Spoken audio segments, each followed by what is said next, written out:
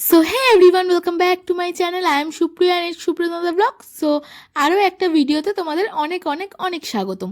তো সেই দিন ছিল বিশ্বকর্মা পুজোর আগের দিন। মানে বিশ্বকর্মা পুজোর আগের দিন তো আমাদের বাড়িতে রান্না পুজোর নিয়ম আছে। তো সেই দিনকে আমি আর দাদা চলে গিয়েছিলাম মাছের বাজার করতে। তো কি বলবো আর কি, বিশ্বকর্মা পুজোর 3 দিন আগে দিয়েই মানে প্রচুর পরিমাণে বৃষ্টি হচ্ছিল, আর সেদিনকেই বৃষ্টিটা থেমেছিল, মানে রান্না পুজোর দিনকেই বৃষ্টি থেমেছিল। তো এবারে ইলিশ মাছ তো খুবই প্রচণ্ড পরিমাণে উঠেছে। তো আমরা সবাই রান্না পুজোতে তো ইলিশ মাছ হয়, তোমরা সবাই জানো। তো আমি আর দাদা চলে গেছিলাম ইলিশ মাছের খোঁজে। মানে আমাদের ইলিশ মাছও করতে হয়, আবার কাতলা মাছও করতে হয়, আবার চিংড়ি মাছও করতে হয়। তো আমরা সেই মাছ টাছগুলোই কিনতে গেছিলাম। তো দাদা মাছগুলো পছন্দ করছিল, কোনো দোকানেই পছন্দ হচ্ছিল না। তো শেষমেশ এই দোকানটাতেই দাদার পছন্দ হলো। তো দাদা মাছগুলোকে আর কি ভালো করে ধরে ধরে দেখছিল মাছগুলো কেমন হবে না হবে। আর ডিম দেওয়া তো মাছ দাদা নেবে না। তো আমাদের অ্যাট লাস্ট মাছ পছন্দ করা হয়ে গেছে। তো এখন মাছটা ওজন করে দেখে দেখে নিয়ে এবার কাটতে চলে যাব। দেখো আমাদের ইলিশ মাছটা কাটাও হয়ে যাচ্ছে। আর তোমাদের কাদের কাদের বাড়িতে রান্না পুজো হয় আমাকে কমেন্টে জানিও, হ্যাঁ। তো আমাদের বাড়িতে তো রান্না পুজো খুব ধুমধামভাবেই হয়। আর আমাদের ইলিশ তো মানে বাঙালির প্রিয়, তোমরা সবাই জানো। তো দেখো আমাদের মাছগুলো আমরা কিন্তু ডিম আর গাদা পেটি আলাদা করি না, আমাদের রিং রিং পিসই হয়, তাহলেই কিন্তু পান্তা দিয়ে খেতে খুব ভালো লাগে ভাজা। তারপর দেখো চিংড়ি মাছ নিতে চলে গেছি, চাবড়া চিংড়িই নেয় আমাদের। তো দেখো চিংড়ি মাছও নেওয়া হয়ে গেল। এবার আমরা যাব হচ্ছে কাতলা মাছ কিনতে।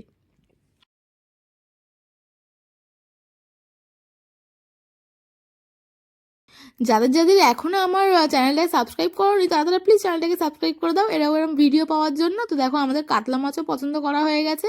কত বড় সাইজের কাতলা মাছ কিনেছে। তো আমি না কাতলা বেশিরভাগ মাছের লেজা খেতেই বেশি পছন্দ করি, তাই জন্য দাদা আমার জন্য প্রত্যেকবারে লেজাটাকে আর কি বড় বড় পিস করে রেখে দেয়। আর মুড়ো খেতে দাদা সব থেকে ভালোবাসে, মানে ছোটোবেলা থেকেই। তো দেখো দাদা দাদা তাই আমি দাদাকে বলছিলাম, দেখ দাদা মাছগুলো কি মানে জ্যান্ত, দেখ কত লাফাচ্ছে মাছগুলো। কাতলা মাছগুলো দেখছো কত বড় বড়। তো আমি তো আর কি আর হাতে ব্যাগ ধরবো না, প্রচণ্ড ভারী ভিডিও করছিলাম, তাই জন্য এবার বাইকে বসে যেহেতু মাছ কিনেছি, মাছটা ইলিশ মাছগুলো অনেকগুলো কেনা হয়ে গেছিলো বলে মাছটা নষ্ট হয়ে যাবে বাজার করতে করতে, তাই দাদা বললো আগে মাছটা বাড়িতে রেখে তারপর আমরা আবার মানে কাঁচা বাজার করতে যাব। তো মা আর কি দাদা আর কি মাকে মাছগুলো বের করে দেখাচ্ছিল, বুঝেছো তো। এবার দেখো কি কি মাছ কিনেছি। চিংড়ি মাছ কিনেছি, এটা হচ্ছে কাতলা মাছ, এটা হচ্ছে ইলিশ মাছ, মানে 2 রকমের ইলিশ মাছ কেনা হয়েছিল। মাছের মাথা আর কি পুঁই শাকের জন্য, তারপর ইলিশ মাছের মাথা, ইলিশ মাছের তেল, এইসব তো আছেই। তো চলো এবার দ্বিতীয় বাজারে যাই, মানে এক ধাপ পর্ব হলো, এবার দ্বিতীয় পর্বে যাওয়া যাক। আর দাদা না মানে সবজি কিনতে খুব খুঁতখুঁতে, মানে ও না কিরম বলো তো, মানে নিজের হাতে সব কিছু বেছে বেছে নেয়। যদি মানে দোকানদার বলে দিন আমি বেছে দিচ্ছি, ওর পছন্দ হয় না। আর আমি তো খালি ব্যাগ হাতেই ঘুরে বেড়াচ্ছিলাম, মানে ও যাচ্ছিল আগে আগে আর আমি যাচ্ছিলাম পিছনে পিছনে। তো দাদা সব কিছু পছন্দ পছন্দ করে পর্যবেক্ষণ করে নিল। আমাদের না ভাজাভুজি প্রচুর পরিমাণে হয়, মানে যখন ঠাকুমা থাকতো তখন তো অনেক ভাজা হতো, মানে শশা ভাজা, আদা ভাজা, এইসবও হতো নাকি, এই মা মানে আমি তো জানি না, মা মানে আর কি বললো, মানে এইসব ভাজাও হতো। যত রকম ভাজা করবে তত ভালো, মানে 21টা, 13টা, 11টা, 51টা, মানে এরকম মানে বীজের সংখ্যায় ভাজা করতে হয়। তো আমাদের এবারে 13 রকম ভাজা মা পেরেছিল করতে। তো চলো মা ততক্ষণ আনাজগুলো ভালো করে কেটে ধুয়ে বেছে নিক। আর ততক্ষণ তোমরা সবাই আমার চ্যানেলটাকে সাবস্ক্রাইব করে দাও। যারা যারা আমার চ্যানেলটাকে সাবস্ক্রাইব করেনি তারা তারা চ্যানেলটাকে সাবস্ক্রাইব করে দাও, আর পাশে থাকা ওই বেল আইকনটাকেও ক্লিক করে দেবে, যাতে আমার প্রত্যেকটা ভিডিওর নোটিফিকেশন তোমরা পেতে থাকো। আর দেখো মা এখানে সব কাটাকুটি করছিল, আমি যেহেতু কাটতে পারবো না, মানে মায়ের মতো তো অত স্পিডে আমার কাটার হাত নয়, তাই জন্য আমি মাকে বলছিলাম আমি ছিলে দিচ্ছি, তুমি ভালো করে তাড়াতাড়ি কেটে নাও। তো মা এদিকে কাটছিল আর আমি এদিকে ছিলছিলাম। তো চলো মা এবার তাড়াতাড়ি কেটে মেটে নিক, ততক্ষণ তোমরা তাহলে ভিডিওটা দেখতে থাকো।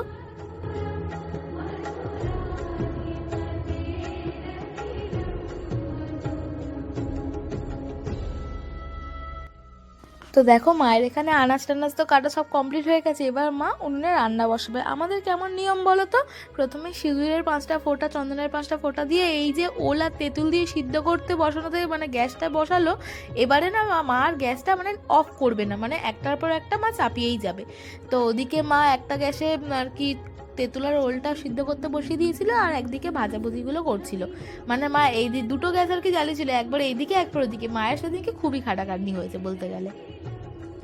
আর যে ওল আর তেঁতুলটা দিয়ে মানে প্রথম রান্না চাপালো, আবার ওইটা দিয়েই লাস্টে রান্না মানে নেড়াবে, মানে ওলটা ভাজাতে চলে যাবে আর তেঁতুলটা দিয়ে চাটনি করে রান্না শেষ হবে সেখানেই। তো তো রাত বেজে গেছিলো তখন 10:30 11টা বেজে গেছিলো তখন মা সবে ভাজা করছিল। এবার ভাজা করতে করতেই জানো তোমরা অনেক দেরি লাগে ভাজা করতে, আর যেহেতু অনেক রকম ভাজা হচ্ছে সেই জন্য প্রচণ্ড দেরি হচ্ছিল। তাই ভাজা করতে করতে প্রায় 1টা 1:30 বেজে গেছিলো। তারপর তো হয়েছিল ইলিশ মাছের মানে ভাপা ইলিশ হয়েছিল, আর কাতলা মাছের ঝাল হয়েছিল। মানে এখানে তো আদা রসুন ব্যবহার করা হয় না। আর দেখো মানে এদিকে মা ভাজা টাজা করে সব মাছটা সবে বসিয়েছিল, আর তখন কটা বাজে ঘড়িতে শুধু দেখো 4:10 বাজে ঘড়িতে। আর মা তখন আর কি এদিকে তখনও রান্না করে যাচ্ছে, এদিকে আর কি তখন মা সবে ইলিশ মাছটা বসিয়েছিল, আর কাতলা মাছটা হয়ে গেছিলো, আর চিংড়ি মাছটা হয়ে গেছিলো। 4টে বাজে তখন মা সবে ইলিশের ভাপা করছিল। তারপরে মা করবে আবার ডাল বসিয়েছিল ওদিকে। আমাদের না খেসারির ডাল, মানে আমাদের নিয়মে খেসারির ডালটা মানে শুধু সিদ্ধ, মানে ভিতরে লঙ্কা টঙ্কা দেওয়া থাকবে, ভেতরে মনে হয় মা ভাজে কিরম করে রান্না আমি সেরকম জানি না। দাদা এদিকে নাক ডেকে ডেকে ঘুমাচ্ছিল, মাকে বলছিল যে মা আমি তো জেগেই থাকবো, আমি ঘুমাই নাকি, আমি তো রাতে জেগেই থাকি। আর তারপর এদিকে মা সব রান্না বান্না করে, এদিকে দেখো মায়ের অলরেডি রান্নার সব কিছু কমপ্লিট হয়ে গেছে। মা একটু মা বললো কি একটুখানি বসি আমি, তুই ততক্ষণ গিয়ে শাকটা নিয়ে আয়। আর তারপরে তো আমি শাকটা আনতে ওপরে গেলাম, আর দাদাকে মা ডাকছিল যে চলে আয় বাবু, এবার তো খেতে হবে। আর আমাদের কি নিয়ম বলো তো, যে রান্না হয়ে যাওয়ার পর আমাদের না কাগজি লেবু দিতে হয় ভাতের, মানে পান্তা ভাতের বানানোর জন্য কাগজি লেবু দিতে হয়। তো কাগজি লেবু দেওয়ার পরে আগে আর কি আমাদের সব মানে যে যা যা রান্না করেছে মা সব কিছু আগে একটা পাত্রের মধ্যে তুলে নিতে হয়। আমরা 3জনে এক থালাতেই আমরা রাত্রিবেলা মানে রান্না শেষ হওয়ার পর রাতবেলা আমরা 3জনে এক থালাতেই খাই। তারপর মা বলে একটুখানি আতপ চাল নিয়ে আয় ওপর থেকে, আতপ চালটা ভিজিয়ে রাখতে হবে, কাল সকালে মানে গ্যাসটাকে পুজো করতে হবে। তাই জন্য দেখো মা আর কি সব রান্নাগুলো আর কি একটু একটু করে সব তুলে নিচ্ছিল। আমি বলছিলাম কি ইলিশ মাছ খাবো দাদাকে, দাদা বললো না এখন রাত মানে ভোরবেলা খাস না, গ্যাস হয়ে যাবে, তুই কাল খাবি। তো ইলিশ মাছটা বাদে সব কিছুই আমরা খেয়েছিলাম, মানে ইলিশ মাছেও একটুখানি ভেঙে নিয়েছিলাম যেহেতু সব কিছু মুখে দিতে হয়। তো চলো আমরা এবার রান্নাগুলো খেয়ে নিই আর কি। পেট তো খিদেও পেয়েছে, রাত্রে কিছু আমরা খাইও নি সেরকমভাবে। আর পুঁই শাক চচ্চড়িটা তো দেখতে সেই হয়েছিল, আর খেতেও সেই হয়েছিল। তো মা তো একে একে আর কি সব কিছু বেড়ে নিচ্ছিল। মা আর কি আমি মাকে বললাম মা ডালটা একটু বেশি করে নাও, ডালটা খেতে ভালো। তারপর দেখো মা এই কাগজি লেবুটা ভাতের ওপর ছড়িয়ে দিল, মানে ভাত সব কিছু বেড়ে নেওয়ার পরে এই কাগজি লেবুটা ছড়িয়ে দিল। আর তারপর আমি যখন কাগজি লেবু ছড়াচ্ছিল তখন আমি আর কি শাক বাজাচ্ছিলাম, আর মা দেখো রুমালটা বেঁধে আছে, যেমন মানে মুখ দিয়ে যাতে কোনো নোংরা জিনিস আর কি খাওয়ার মধ্যে না পড়ে। মা যখন রান্না করছিল সারাক্ষণটা মুখেই রুমাল বেঁধেই মা রান্না করছিল। তো চলো আমাদের পুজোর রান্না তো কমপ্লিট, এবার টাটা বাই বাই।